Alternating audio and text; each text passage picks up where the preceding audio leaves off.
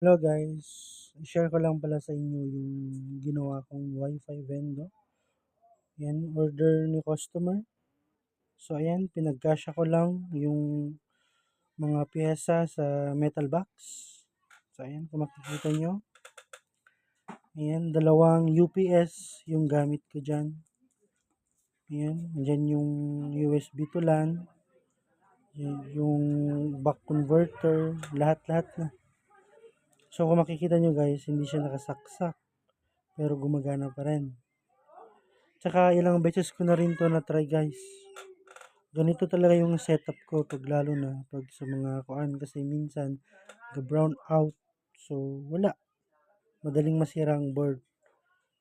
So ayan, yung isang UPS is coin slot at saka sa board, tsaka sa modem. Tapos yung isa naman is para sa LED light at saka sa TP-Link.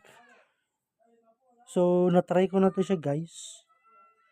Umaabot naman siya ng 5 to 3 hours.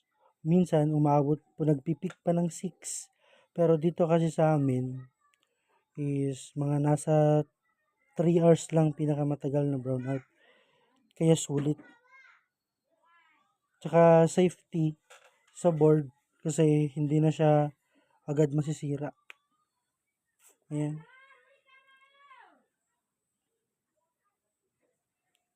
So ready to deploy na siya.